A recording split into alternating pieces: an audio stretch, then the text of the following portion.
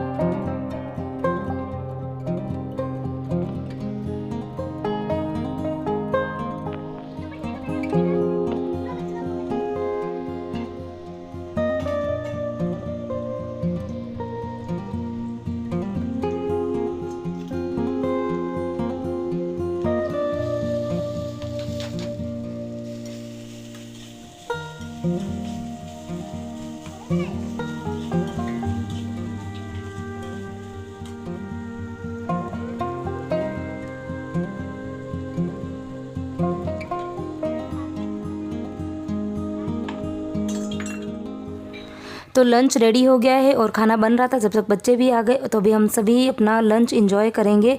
और मेरी तो ना मतलब खाना बनाते बनाते ही सारी खाने की जो भूख थी ना, वो पूरी मतलब ख़त्म सी हो गई है। और ऐसा ही होता है, बहुत ही मन करके खाना बनाते हैं ढेर सारा, और जब खाने का टाइम आता है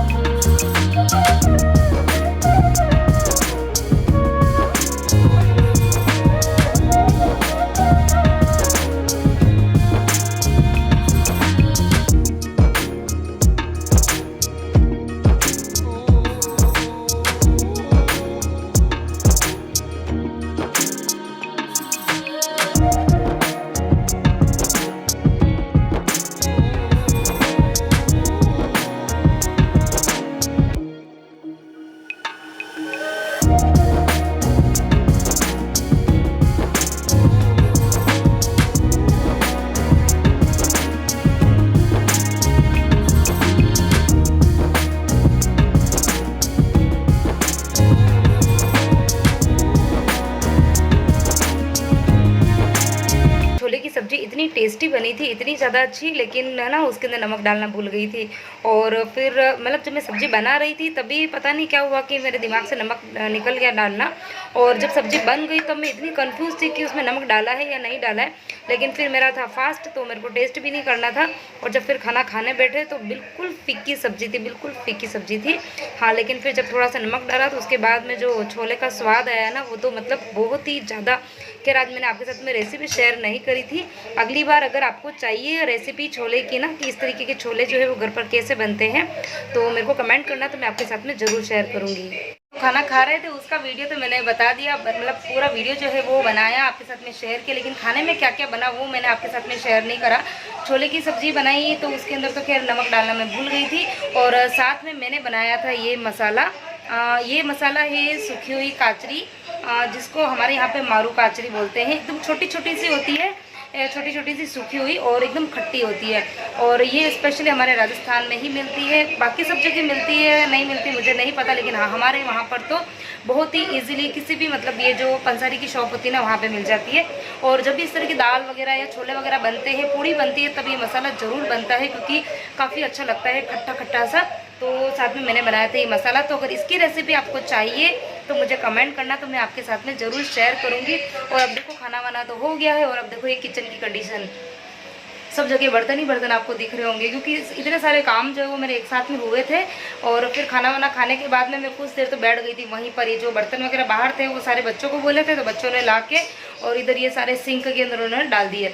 ठीक है, तो अब कुछ देर मैंने रेस्ट कर लिया है, अब मैं थोड़ी फ्रेश फील कर रही हूँ। और अब पहले तो मैं चेंज करूँगी और उसके बाद में लगूँगी काम पर।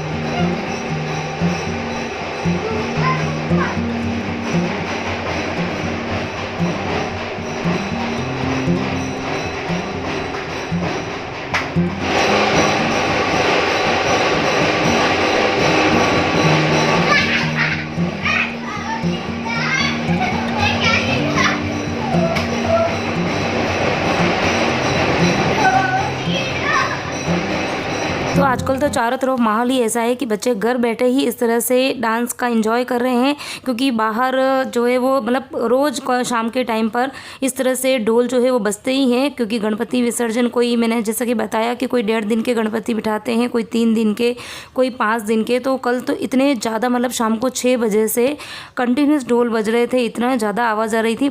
और घर बैठे बैठे ही मतलब काम करते करते मेरे भी पैर जो है ना वो रुक नहीं रहे थे। और बच्चे तो फिर जब पढ़ रहे थे तो पढ़ते पढ़ते जब भी इस तरह से आवाज़ आती थी तो वो पढ़ाई छोड़ के डांस कर रहे थे। तो बहुत ही मज़ा आ रहा था। और बस इस तरह से मैंने जब दिन को खाना वाना खाया, रेस्ट किया, उसके बाद में जैसा कि मैंने आपको बताया कि अब मैं किचन की क्लीनिंग स्टार्ट करूँगी। लेकिन उस टाइम पे क्लीनिंग का काम मेरा नहीं हो पाया था। बर्तन मेरे सारे क्लीन हो गए थे उस टाइम पर, लेकिन फिर उसके बाद में बच्चों का कल जीके का पेपर है, तो फिर मैं उनको पढ़ाने ही लग गई थी। तो उस चक्कर में मेरा काम रह गया था। तो अभी अंधेरा हो गया है बाहर, मतलब 6:30 शायद 6:45 बज रही है, अंधेरा भी हो गया है। और अभी मैं अपने किचन की क्लीनिंग कर रही हूँ। तो अभी जो रूटीन है वो मेरी पूरी तरह से चेंज है। मतलब जो काम मैं मॉर्निंग में करती थी वो काम मेरे अब शाम को होने लग गए हैं। क्योंकि मॉर्निंग में जैसा कि आपको पता है कि आजकल मंदिर का काम रहता है, तो फिर आने के बाद में सिर्फ और सिर्फ खाने का काम हो पाता है, क्लीनिंग का काम नहीं हो पाता है। तो शाम के टाइम पर मैं जितनी भी किचन की क्लीनिंग है वो स्किप करने के बजाय मैं शाम को करती हूँ। मतलब जो भी टाइल्स वगैरह क्लीनिंग करनी है, प्लेटफॉर्म को अच्छे से क्लीन करना है, और इसके अलावा जो कैबिनेट्स वगैरह होते हैं उनको क्लीन करना है, जो भी एक्स्ट्रा बर्तन है उनको साफ़ करना है, फ्रिज को चेक करना। तो ये जो काम मॉर्निंग में मेरे होते थे वो सारे काम आजकल मेरे शाम को हो रहे हैं। तो अभी बस मैं वही किचन की क्लीनिंग कर रही हूँ। और जितने भी बर्तन थे वो तो खैर मैंने दिन को साफ़ कर दिए थे, और अभी और सिर्फ मेरे को क्लीनिंग का काम ही बचा है। और इसके अलावा बाहर की जो विंडो है वो भी आजकल मैं शाम को ही साफ़ कर लेती हूँ, क्योंकि फिर मॉर्निंग में मुझे टाइम नहीं मिल पाता है। और ये देखो मिक्सर भी मैं भी साफ़ कर रही हूँ। तो बस ये कहने का मतलब ये है कि काम जो है वो मैंने स्किप नहीं किए हैं। जो काम मैं मॉर्निंग में करती थी वो सारे के सारे काम मैं शाम को कर रही हूँ। और मुझे रात को नींद तभी अच्छे से आती है जब मेरा किचन, मेरा पूरा घर जो है वो अच्छे से साफ़ सुथरा होता है, और सारे के सारे काम जो है वो अच्छे से होते हैं, तभी मुझे अच्छे से नींद आती है। तो यही मेरी हैबिट है। आप सबकी इसी तरह से, मतलब आपकी भी क्या यही हैबिट है, मुझे ज़रूर बताना। और किचन की क्लीनिंग जो है वो मेरी ऑलमोस्ट हो गई है। और अब बारी आती है किचन के डस्टबिन को साफ़ करने की। तो दिन में एक बार डस्टबिन बहुत ही अच्छे से क्लीन करना ज़रूरी होता है, क्योंकि इसके अंदर मतलब दिन भर कचरा रहता ही है। मतलब अभी जब मैं साफ़ कर रही हूँ उसके बाद में सुबह जब मैं उठूँगी तो उठते में ही इसके अंदर मैं एक पॉली बैग लगा दूंगी और उसी समय से इसके अंदर कचरा डलता ही है किचन का। तो दिन में एक बार इसको साफ़ करना ज़रूरी है ताकि हमारा जो किचन है वो एकदम स्मेल फ्री रहे। और बस इस तरह से एक बार पूरे ही टाइल वगैरह को क्लीन करूँगी, चिमनी को क्लीन करूँगी और लास्ट में जो मेरा DIY सॉल्यूशन है उसे भी किचन की क्लीनिंग करूँगी।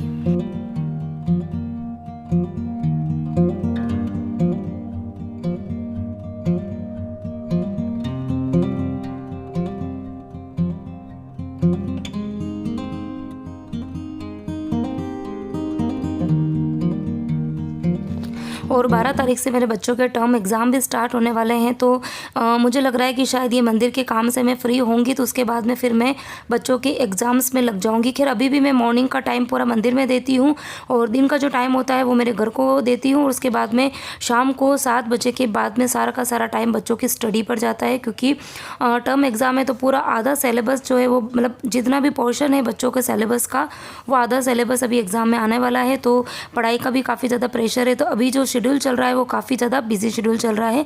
और किचन का सारा ही काम ख़त्म करने के बाद में अब मैं आई हूँ जो हॉल की खिड़की है वहाँ पर मैंने 2 साड़ियाँ सुखाई थी कल की।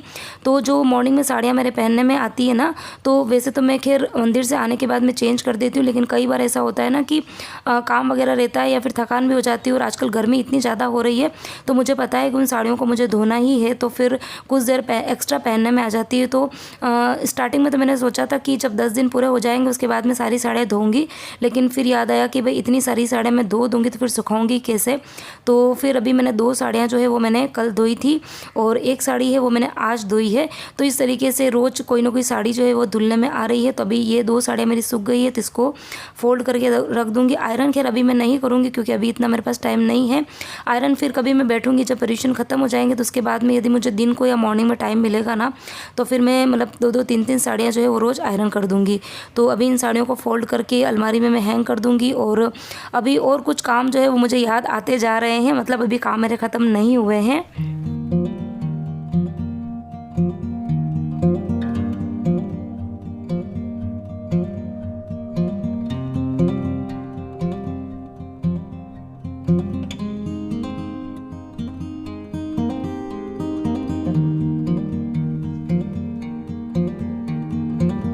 और साड़ियाँ जब अंदर रखने के लिए आई तब मुझे फिर याद भी आया कि मॉर्निंग में मुझे जो कपड़े पहनने हैं वो भी मैं निकाल देती हूँ।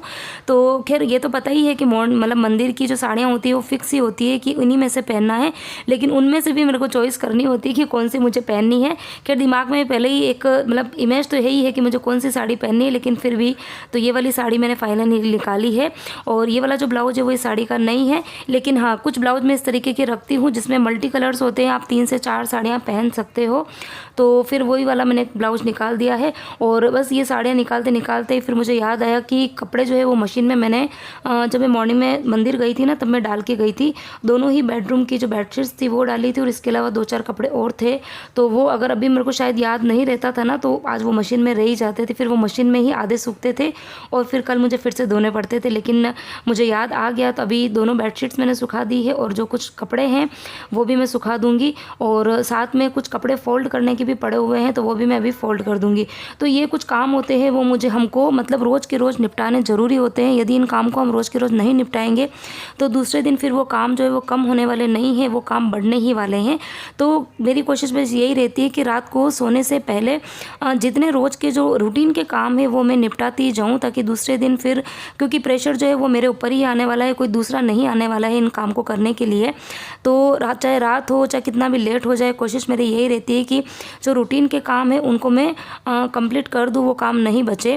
क्योंकि ये जो कपड़े पड़े हैं अगर वो आज मैं नहीं फोल्ड करूँगी, अगर सपोज लेट हो गया है, मुझे थोड़ा आलस भी अभी आ रहा है, थक भी गई हूँ, लेकिन अगर मैं रख दूँगी तो फिर मेरे ऊपर ही प्रेशर बढ़ने वाला है। दूसरे दिन फिर ये काम डबल होने वाले हैं, क्योंकि ये कपड़े तो रहेंगे ही, साथ में जो अभी मैं कपड़े सुखा रही हूँ वो भी कल तक इकट्ठे हो जाएंगे।